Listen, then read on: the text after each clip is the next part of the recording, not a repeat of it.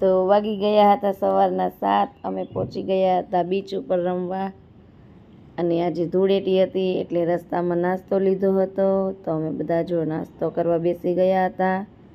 તો પૂર્વાને કીધું બધાનું શૂટિંગ લઈ લે એકવાર. આ છે અમારો ભાઈ એટલે અમારા છોકરાઓના મામા. જો હવે પૂર્વા બધાને બતાવશે. આ છે પૂર્વાના પપ્પા. હવે આવી ગયા છે માસીઓ. આ છે આપણી નાની બેન એટલે કે માસી. આ તો હું જ.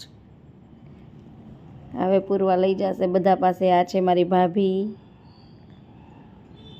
ચાલો ચાલો ફટાફટ બધાને બતાવી દો. આવ છે મારા મોટા બેન. આ છે મોટા બેનની ભાણકી. આ ધનુષ. અમે બધા પહોંચી ગયા હતા, નાસ્તો કર્યો. આ છે અમારા નાના જમાઈ. તો પહોંચી ગયા બીચ ઉપર. એકબીજાને કલર સરસનો લગાવ્યો અને અમારા જીજાજી એટલે કાંઈ ઘટે નહીં એમાં. તો પછી ડાન્સ કર્યો બધાએ. આ છે આપણા નાની બેન. જો પહેલાં બધાએ પોતપોતાની રીતે કલર લગાવી દીધા. પછી કે ચાલો હવે આપણે ફોટા પાડી. પણ ફોટા કોઈ પાડવા દે.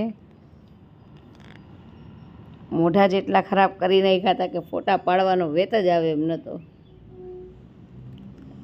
ચલો તોય મેં વિડીયો શૂટિંગ અટકાવ્યું નહીં.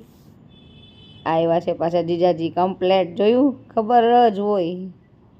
એ લગાવ્યો પોપટ કરી દીધો હતો. અને પછી બધાના નામ પણ પાડ્યા હતા. હું પોપટ હતી ને ગુલાબ હતું ને મરચું હતી ને આ જો આવી ગુલાબ. મને તો કાંઈ દેખાતું નહોતું તો હું પૂછતી હતી નાની બેનને, આમાં કાંઈ પૂછે દેખાય છે? આ નાના જમાઈ આપણા જે મને એન્ટેના ટાવર લગાવતા હતા ને.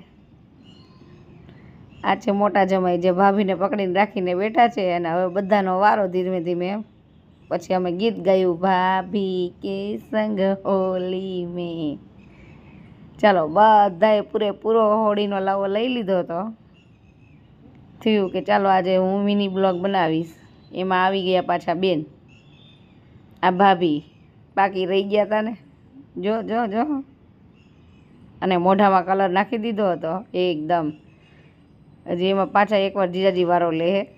જો જો આ મોટી બેન અને મોટા જીજાજી એકબીજા ઉપર પૂરા મોજ મસ્તીમાં છે બધા. બધાએ બહુ જ મોજ મસ્તી કરી બીચ ઉપર. જો જો આ નાની બેનનો વારો.